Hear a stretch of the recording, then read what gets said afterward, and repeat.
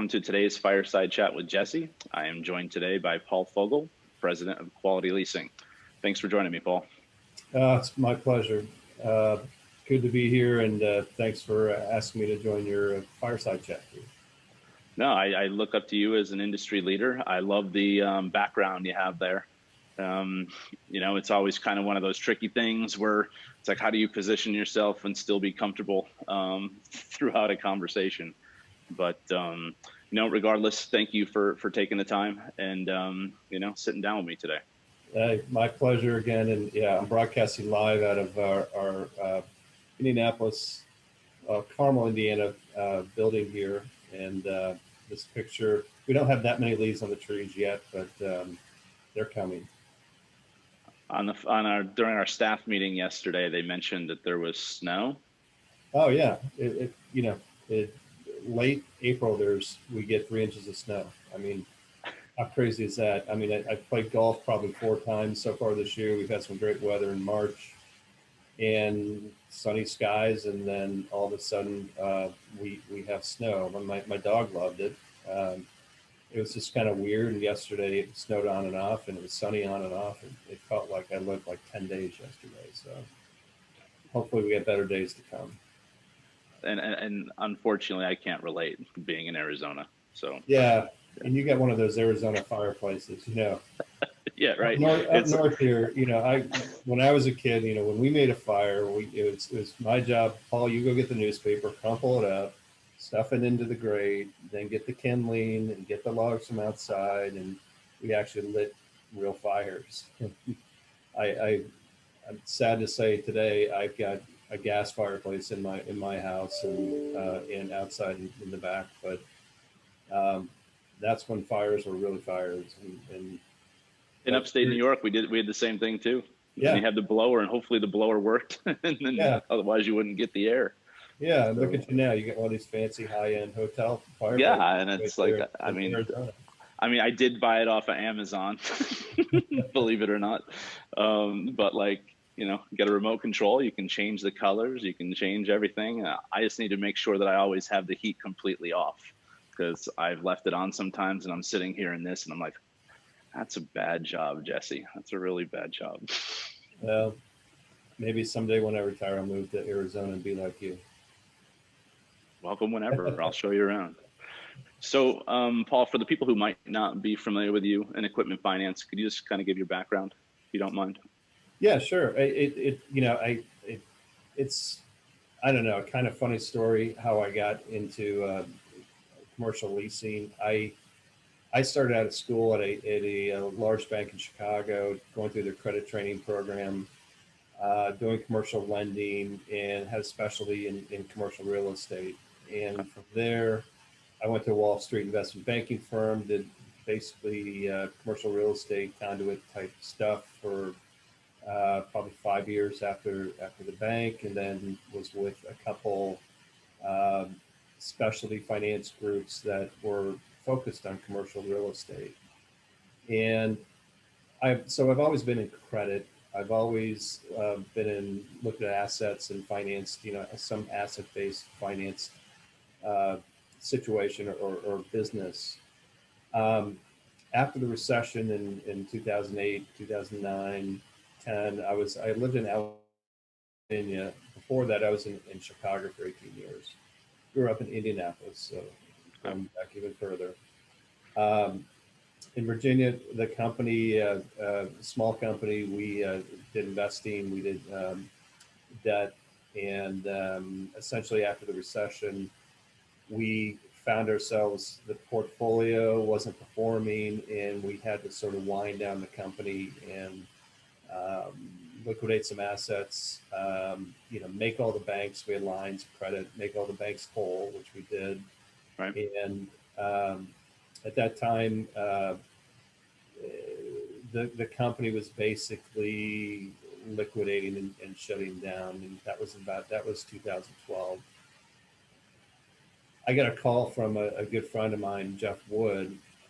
We grew up in Indianapolis, went to Miami, Ohio, both of us, and we're in the same fraternity. He's a few years older, so we didn't overlap that much. But anyway, his family, his father, started basically an automotive group here in north side of Indianapolis, where they own 17 car dealerships and a bunch of ancillary businesses, one of which was Quality Leasing. And unfortunately, Jeff's dad, Tom, passed away in 2010, and Jeff came in to run the operation.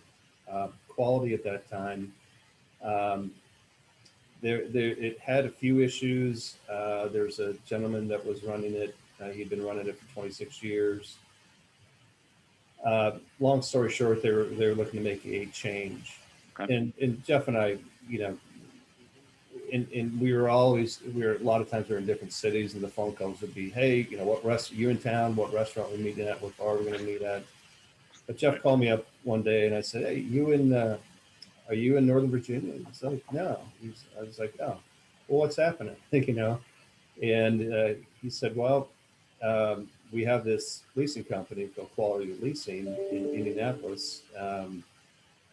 You know, what are you doing right now for work? And he knew what I was doing, but explained to him what was going on. And he said, well, why don't you come take a look at this leasing company? And I was like, Jeff, I don't know anything about leasing. There's something about a residual or something. You know, I've never done leasing before. He's like, it's all finance. We'll figure it out. It's just numbers. Hey, you know, it's credit, it's finance. You got this. And so I flew to Indy and sat down and talked to a bunch of people in the organization. And at the time, my father was getting older. My brother and sister in different towns. I was at that point with a company in Alexandria, Virginia, where we were headquartered. And I talked to my wife and I said, well, you know, what do you think? You want to give it a shot? And we both agreed. And I thought it'd be fun working with Jeff. It is fun working with Jeff. But any event, we sold the house in Virginia and moved back to Indy. And I started here at Quality in August of 2012. That's how I started. And I could talk for an hour about, you know, what I found here and opportunities we went after and how the company's evolved and grown over the past, you know, 9 years, I would say. Okay. We've done very well. No. We have a great team here, and you know, it's certainly not all me. It's everybody else, and we've done some good things here, and we're continuing to grow, and it's great company.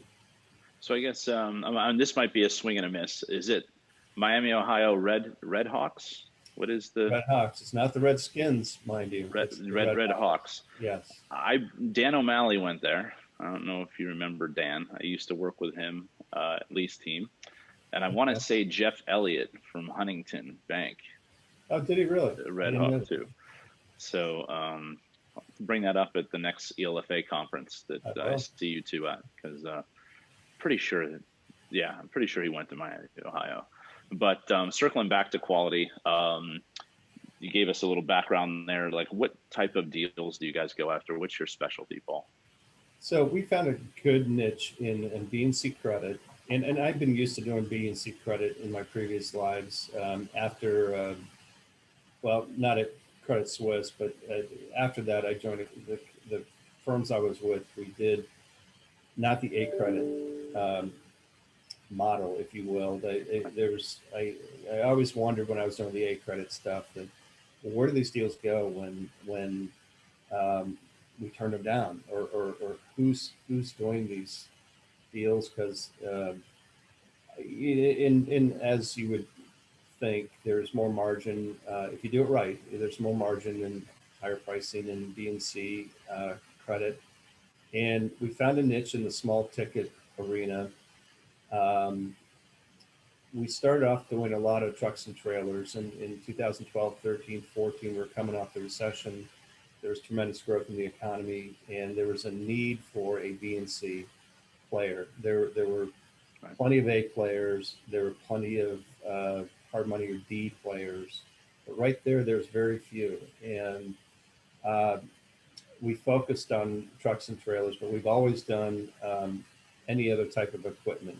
Um, Anything with a serial number, basically. There's some exceptions, but um, so we really ramped up doing the trucks and trailers and have expanded into doing a lot more non-titled equipment. Anything from construction, medical, manufacturing, um, saws. I remember when I was at your office, I want to say it was probably 4 years at this point. Wasn't there like a Rolls Royce, like just Yeah, sitting there? yeah. And then there was like a boat, I think, in the back. I'm like, this is fantastic. Like all Uh, kinds of different stuff here. we don't do boats. That happened to be just boat being stored here, probably in our garage. But Ah, okay, fair enough. I was yeah, just like, this is neat. the, there were four Bentleys and a Rolls Royce, later models, and that was a interesting deal. But those were happened to be assets we had to go after and pick up. And but it kind of shows you, we are we're flexible and we can look at just about anything. And we're small enough and creative enough that we can maybe do the unusual, maybe do the stuff that needs structuring.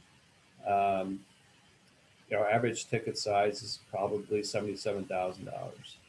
Okay. We go from 30,000 up to 3 million, and we have probably one client that's close to 4 million. Okay. Um, but we found a good niche here in the BNC credit, doing common sense sort of underwriting. And we're family owned. Jeff Wood, my friend, he owns 100% of the company. Um, and we don't sell to banks. We hold our own paper. We have our own capital, our own lines. Uh, and so it gives us, when you're dealing with us, it's really, we're not talking about a behemoth organization that somebody makes a random decision here or there. It's really your sales rep is the person that you talk to, that talks directly to underwriting and servicing, and sales reps are really from soup to nuts, cradle to grave. They are the contact, and you're not being phone treed around a huge organization. It's us Right. here. It's um, it's you're dealing with us directly, and that's one of the service. We're very, very customer centric and customer focused. And Um, that's one of the reasons I obviously was drawn to your organization, and enjoyed, working with you guys on a project a few years back. Was in order to do something special, what you're talking about, you have to have the resources and personnel, right. and the team that you've built, in your 9 years there. It's one of the best I've seen in the business from a cohesiveness I, I perspective. appreciate So, that. I really appreciate that, and that's what it's about. It's hiring the right people and making sure they're a fit in our culture, making sure they um, are disciplined, but have that they're humble.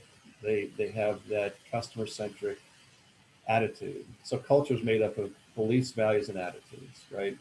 right. And I like to think of it, um, and I'm sure a lot of people do this, but think about the best person, name the top three, four people in your organization. What qualities do they have that make them the best? And you hire around those qualities. The attitude of customer service, being positive, uh, you know, fixing an issue, getting problem solving, Right. integrity is huge. Being humble is really big for us. And they have passion. They're driven. They're driven to excel. They're driven to make a difference in people's lives, and that's what we're doing every day, and making a difference in the people's lives that work here. Um, we like to have fun too. Um, and we're competitive, and we love to win. Yeah. So, it's the people in the organization that really make it successful, and we've got some great people, great leaders, and we keep growing and growing, and want to keep that culture alive and thriving well into the future. So what is the culture like that? You know, how do you guys continue to evolve in a pandemic when you're not face to face for what? It's been like 15 months now, 14 months. Yeah, so the flexibility that I mentioned, you know, I hate the word pivot, but you know, No, we, yeah, we no, I get it. it's overused and everything. But we said, okay, how are we going to solve this? How do we be safe? First of all, safety of our employees. Um, how do we keep functioning? How do Yep. we how are we going to process deals and service our customers and do this all under the pandemic? And if you would have asked me last March, what's your year going to look like? When all this started, I'd be like, holy, cow. It, I wasn't too optimistic, but we ended up having a record year in 2020 with originations, portfolio growth. Um, I and it just we put our heads together. We got our IT people involved. We had to get people the ability to work remotely that aren't remote. We have an office in Charlotte. We have one in Nashville. We have one in Texas. But Okay. the core people here, how do we work together safely? And we had to. Not everybody had a laptop, right? Not everybody had the VPN access, so we had to scramble a little bit and embrace technology. Not that we didn't before, but we really weren't really a remote organization. We had staff here, and we ended up sending the salespeople home, and the rest of the people basically on a revolving basis, or revolving in 2 or 3 days a week, 2 or 3 days a week, and spacing people apart, obviously, and we're set up. You saw our office. We have individual offices for people, Yeah. so that helps a great deal. But I said this before. I'm so proud of the team and the our people, and being smaller, nimble, creative. We figured it out and we got it done, and cranked out a record year in 2020 while dealing with certain customers that needed deferrals. We, being customer centric, meant that we knew certain people were extremely impacted. We're Right.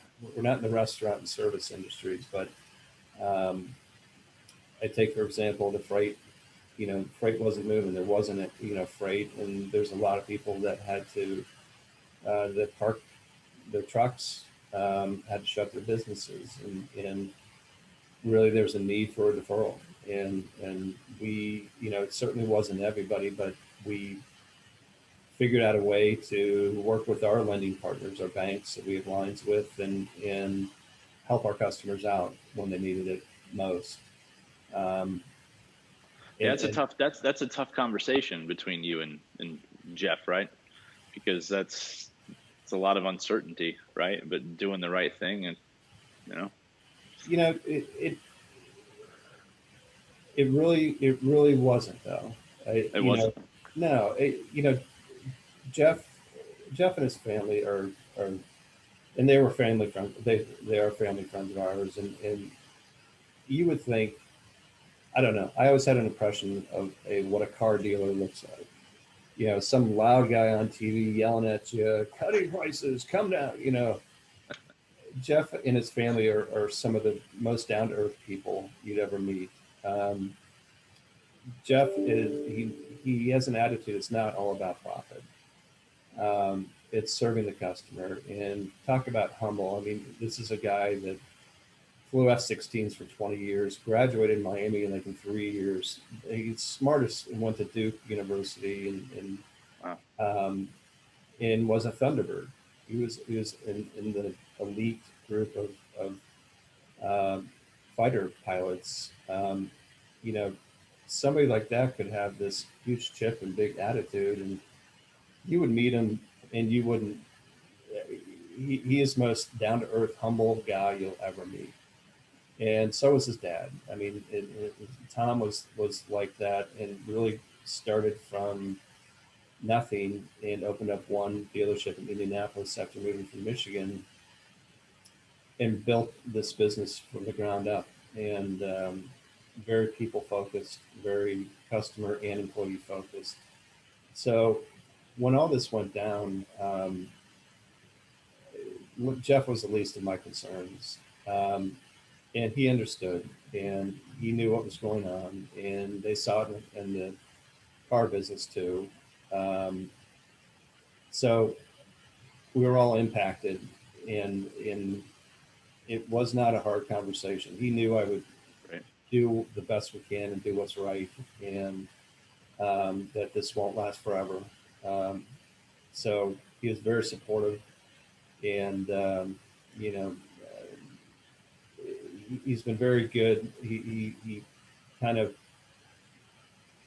he's not looking over my shoulder every day by any stretch. He's given me enough rope to grow the company and pursue opportunities as I see fit, and we perform. It helps when you perform. So you know, it's in the overall company. We have 1,200 employees in the overall company, Wow. and it's really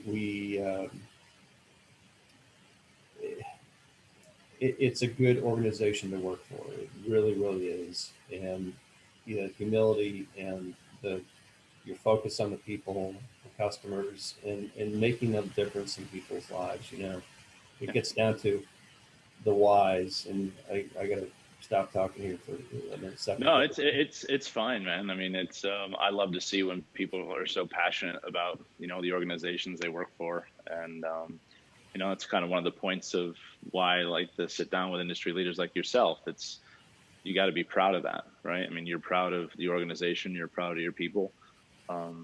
The industry needs to know that. So obviously, they're not going to replicate success because you guys have been very successful. Maybe more people, maybe someone can get that from this. Well, I don't have that great of aspirations, but what I was starting to say, it comes down to the whys. Why does somebody wake up in the morning and come to work? Why do they do it? Well, they have goals. They want to take care of their family. They want to put food on the table. They want to buy a new bass boat. They want to help their elderly parents. There's all sorts of reasons of why people come to work, but part of that is fulfillment of being able to help somebody else. And that's a big part of the people we hire, that their desire to help somebody else. And one thing, the organization and Jeff doesn't like to talk about, because this is kind of just, it talks to his character, but Jeff and his family donate millions and millions of dollars to organizations and causes, um, and give back really to the community. And it's not something that they advertise. It's not something that say, hey, we are the number one contributor to the American Cancer Society in Indiana. It's not something they put on billboards. They just do that in the background. It's not all about money. And when I interview people, and part of the why when I come to work every day, and part of the why for a lot of people that come to work is, we're all working very hard. At the end of the day, the money doesn't go directly into my pocket or anybody here. Eventually it goes into, let's say, Jeff's pocket.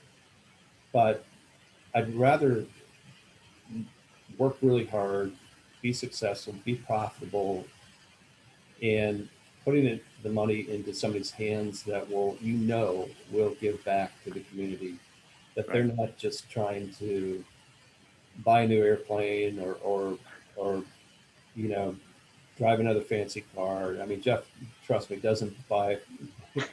He drives like this old Think car, which is one of first gen electric cars, and it's like a golf cart. You know, I laugh at him all the time, but knowing that part of your efforts every day goes back to the community, and Gotcha. that I think is extremely important to people. No, I mean that servant leadership is excellent, and it's amazing how much more of that I see in the industry that I didn't even know about. So, well, and I'll circle back to that a little bit later on some of these things. But I want to shift gears if you don't mind. So, this let's talk about this NEFA initiative that you came up with and that you're doing. I believe it's almost like a CEO roundtable. Is that the Yeah. premise of it? So I'm on the board of NEFA, and my experience at NEFA and your experience too, you know, people are very open in sharing information. And when I first got into this business, I was all ears and all questions. You know, I this baptism by fire. I got my CLFP. I was just a sponge for knowledge, and in that spirit of cooperation and knowledge sharing, you know, it's great when I go to a show or a conference, or even if I want to pick up the phone and talk to another CEO about their business or what they're doing. And generally, people in NEFA members are very open and want to help each other, and they'll help you and talk. Yeah. So we have this tremendous resource within NEFA. And when you go to conferences and shows, you know, there may be a round table that, which are all great. You listen, you can ask questions, you hear what people have to say. But I thought it would be beneficial for, as a benefit of NEFA members, to set up a group of people like me, people that run, that are lessors, that are lenders, that run organizations, because we all run into a lot of the same issues day to day.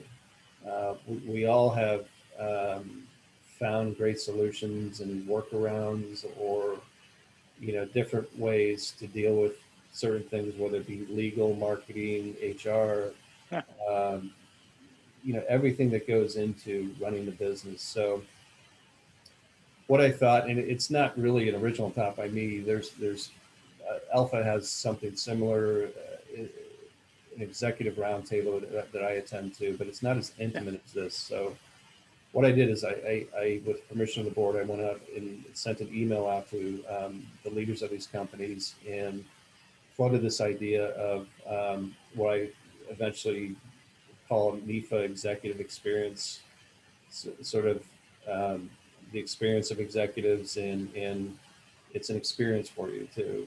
Yeah. So creative, yeah. But um, You're a marketing genius, oh Paul. gosh, aren't I? Go on. Uh, so I got a tremendous response, and Fantastic. uh, I think I sent out to the email to 37 leaders, and 33 to 35 of them were interested in joining. So in order Are for, you allowed? Are you allowed to say which two didn't, so I can hound them and be like, "This is what you missed out on." I can't divulge that information. Sorry. It's maybe people that hit the delete button too soon, But so in order for people, so the idea is to get people together, and we bring up topics. We may bring in guest speakers. We I ask for topics. What are people encountering? What are some of the things you're running into? And you think about all the brain power, and in that conversation, it's an incredible kind of resource that maybe we don't tap very often. So what I wanted to do is to be able to have these conversations once a month, and to have everybody sort of input, give their 2 cents, bring up the topics they want. And so we split it into two different groups, because if you had 30 people on a Zoom call, uh, trying to get out opinions and so on, it's difficult. So we broke them down into two groups. We do it once a month, and we talk, and it's an open forum. We have some great people and great leaders, anywhere from the maybe not as experienced or younger company to people that have been in this business forever and run billion-dollar organizations, down to the people that may do 5-10 million a year. But it's been a lot of fun. We've had two meetings so far. You'll start reading about this a little bit more. I wanted to get it going before we kind of um, uh, talked It's a about it. process. It's a process. Yeah, It'll evolve. Yeah. yeah, and I didn't. I wanted to make sure it was going in the right direction, first before we kind of rolled it out to everybody publicly, if you will. But Well, no pressure. So you got about 3 weeks before this actually airs. So as hey, long as it's done by then, I guess we're fine, right? maybe it'll be in the hot off the presses by then. Who knows? But it's been a lot of fun, and the participation, the feedback I've gotten is um, very positive and very um, you know uh, very positive. Let's just call it that. And we're going to continue to schedule these once a month, and it's an invite only. It's a benefit of NECA membership, and only, unfortunately, it's only certain positions in lenders and lessors right now. Future plans would be maybe we get controllers, all these companies together at the Yeah. same time. Maybe we get the underwriters. Yeah. Maybe we get sales teams together. Maybe we Yeah. do it for I mean, service I could see a track where, like people come into a conference early, right? It's Yeah, one thing to do it virtually, but you can do that also, come in maybe a day early to the conference, meet, yeah. play some golf. Well, it might the fall conference for NEFA that we're talking about doing that a day early, but that would run into golf. So maybe I have to come in a day earlier, play the golf, and then do this. I don't think people are going to be complaining about playing additional rounds of golf at that point. People are ready to start doing that. Absolutely. So I guess in talking about NEFA, I know I'm going to be up in Minneapolis for their event on Wednesday, June 16th. Mm-hmm. So I know they're starting to get back in person. I believe they have their crab feast in June also, I think earlier in the month Yeah. in Baltimore. Yep. And then one of the things that Brooke and I just kind of came up with is, I don't know if it's hard to read on the screen there or not, but is this initiative for its equipment finance cares. And it's basically, we're going to have like two different panels. One will be funding sources, one will be service providers, where it's just kind of like a thought leadership. Like you said, picking the brains of people, understanding what's out there. I mean, that's a good thing.